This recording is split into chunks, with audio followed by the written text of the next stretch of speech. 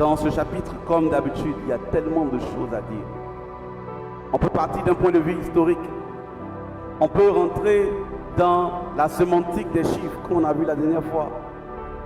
On peut aller dans plusieurs, les champs lexicaux, ainsi de suite. C'est tellement riche. C'est tellement rempli. Mais spécialement dans ce passage, je voudrais attirer votre attention sur quelque chose. Lorsque nous allons au verset 1, tout premier, le chapitre 8 commence en disant: Dieu se souvint de Noé. Que Dieu se souvienne de toi aujourd'hui. Que Dieu se souvienne de toi aujourd'hui. Que Dieu te regarde et il dise: ah, voici mon fils, voici ma fille, je la connais, je le connais. Que Dieu se souvienne de toi aujourd'hui.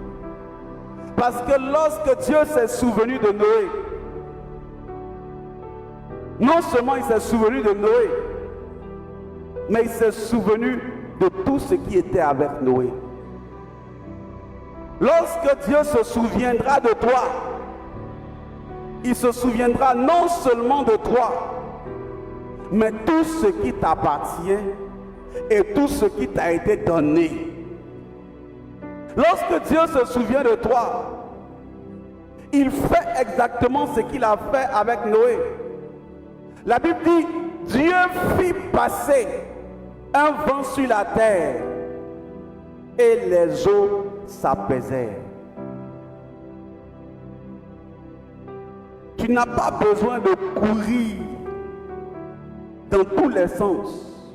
Tout ce que tu as besoin de faire, et la seule chose dont tu as besoin, que tu as besoin d'expérimenter, c'est que Dieu se souvienne de toi.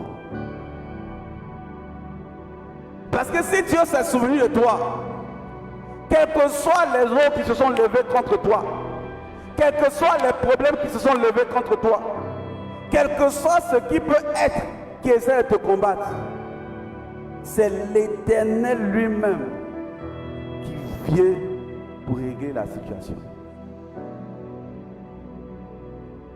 Et vous verrez, c'est le quotidien de nos vies.